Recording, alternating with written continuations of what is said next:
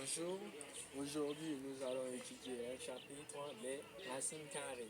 Donc nous avons commencé avec ça la dernière fois, aujourd'hui nous allons continuer. La dernière fois nous avons défini la racine carrée. On a dit la race, quand on écrit comme ça là, un V après on coupe, on lit ça, c'est lit racine carrée de A. Donc lorsqu'on écrit comme ça, V comme ça, après on coupe, on met A dedans, on lit ça la racine carrée de A. Ça ce sont des rappels. Et puis on avait dit que quand nous avons la racine carrée de A, ce qui est comme un V là on appelle ça radical. Et les A qui est dans la racine carrée on appelle ça radicon. Donc c'est un peu ça. On avait dit que la racine carrée de A c'est le nombre que nous allons multiplier par lui-même pour obtenir A. Donc si nous multiplions A exposant 1 demi fois A exposant 1 demi, en appliquant les propriétés de l'autre là, nous allons obtenir A. On aura 1 demi plus 1 demi, ça nous donne 1. Donc on obtient A. Voilà. Donc c'était cette propriété que nous avons appliquée. On avait pris un exemple, la racine carrée de 9. Donc on aura 3 fois 3. Donc c'est 3 multiplié par lui-même qui nous donne combien 9. Donc la racine carrée de 9 c'est 3. C'était ça l'exemple que nous avons pris. Maintenant ici on avait pris aussi ça, la racine carrée de A au carré, ça nous donne A. C'est la même chose avec les 9 là. 9 égale à quoi 3 fois 3. Donc si on écrit 3 au carré, on aura 3 au carré. Donc 3 au carré, les 3 comme c'est de la racine carrée, c'est au carré, ça sort.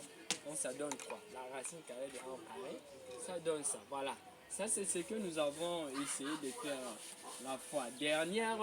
Mais aujourd'hui nous allons vous ajouter une chose. Il faut savoir que la racine carrée des nombres n'est jamais négative.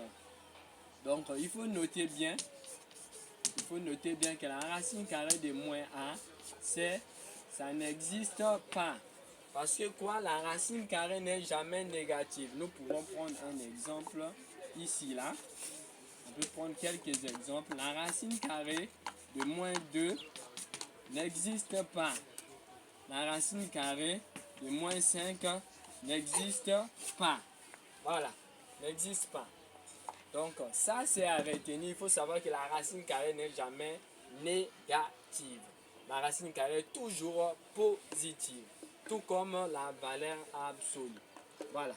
Donc c'était un peu ça ce qu'il faut retenir que la racine carrée avec notre A. Notre A ici là, c'est un nombre entier. Donc ça appartient à l'ensemble N. Mais c'est différent de 0 souvent, mais il faut savoir aussi que la racine carrée de 0, ça donne toujours 0. Voilà. Prenons l'autre propriété. On va prendre l'autre propriété. L'autre propriété, nous pouvons avoir cette propriété. La racine carrée de A, de tout au carré, ça nous donne A. Donc la racine carrée de A, de tout au carré, ça nous donne A. On peut prendre un exemple. On peut prendre les exemples. Exemple, nous avons la racine carrée de 5, le tout au carré. Comme 5 ici, là, c'est un nombre positif, hein, ça nous donne 5. Donc la racine carrée de 2 ici, là, est positif, hein, le tout au carré, ça nous donne 2. Donc ça veut dire que tout nombre à la racine carrée élevé au carré, ça veut dire que les deux là, en réalité, ça vient pour éliminer la racine carrée, ça ne donne que 5. Voilà, c'est un peu ça les exemples.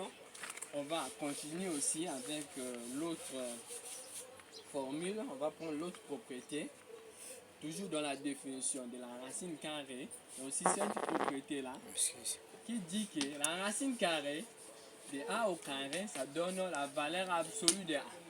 Voilà, la racine carrée de A au carré, ça donne la valeur absolue de A. Nous allons prendre quelques exemples. La racine carrée de A donne la valeur absolue de A. Sachant que la valeur absolue des nombres n'est jamais négative. Voilà. Donc, on peut prendre les exemples.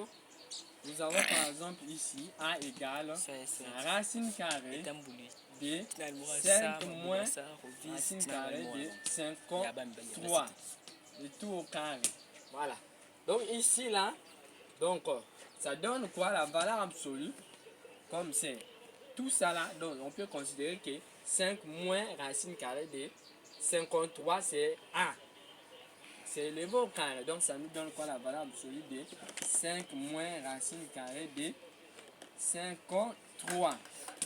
Voilà, maintenant quand nous avons telle opération, on dit que la valeur absolue ne donne jamais un nombre négatif. Il ne donne jamais de réponse négative. Donc qu'est-ce qu'on va faire? On va d'abord, comme lui il est dans la racine carrée, lui n'est pas dans la racine carrée, on doit d'abord élever celui-là et celui-là au carré. Donc si on élève 5 au carré, et ici on élève la racine carrée de 53 aussi, le tout au carré.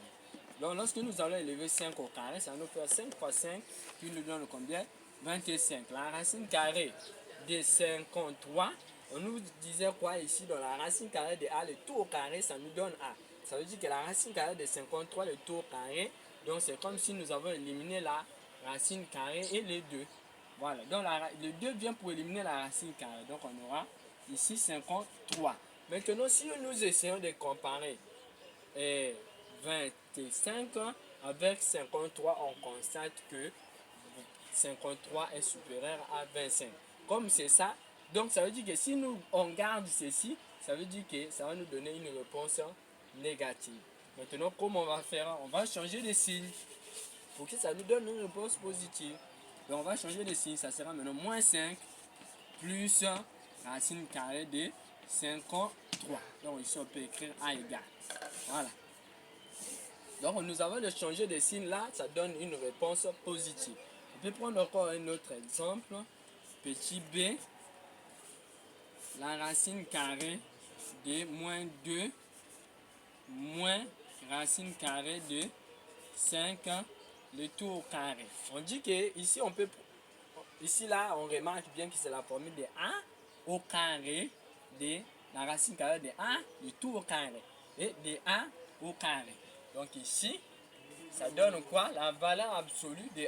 Donc ça donne la valeur absolue de 1 moins 2 moins racine carrée de 5. Or, la valeur absolue d'un nombre n'est jamais négative. Donc qu'est-ce qu'on va faire? Comme ici il y a moins, moins, on élimine seulement les moins. Donc on aura 2. Donc ça devient plus racine carrée de 5. Comme c'est négatif, négatif, ça devient positif, positif. Voilà. Donc ça, ici, là, c'est simplement quand c'est moins, moins, on met plus. Mais quand il y a moins et plus, il faut voir le plus grand, c'est qui? Celui qui est plus grand, il va être positif, et celui qui est plus petit va être négatif s'il y a moins et plus. Mais s'il y a moins et moins, il faut changer. Mais si c'est plus, on garde le plus. Donc maintenant, on prend l'autre exemple. Petit c, nous avons la racine carrée de moins 3, le tout au carré. La racine carrée de moins 3, le tout au carré, ça va nous donner quoi? Ça va nous donner la valeur absolue de moins 3. Ici, là, notre A, c'est moins 3. Comme la formule dit que la racine carrée de A au carré, notre A, c'est moins 3. Donc, la valeur absolue de moins 3. On dit que la valeur absolue d'un nombre n'est jamais négative. Donc, ça donne 3. C'est égal à 3. Voilà. Donc, des choses comme ça, là, ce sont des pièges. On peut vous proposer plusieurs réponses, disons même que la réponse est moins 3, disons que la réponse c'est 3, disons que la réponse est 0, mais il faut savoir que la racine carrée ne donne jamais de réponse négative. Merci d'avoir suivi la vidéo jusqu'à la fin. N'oubliez pas de liker, de vous abonner. Rendez-vous à la prochaine séance.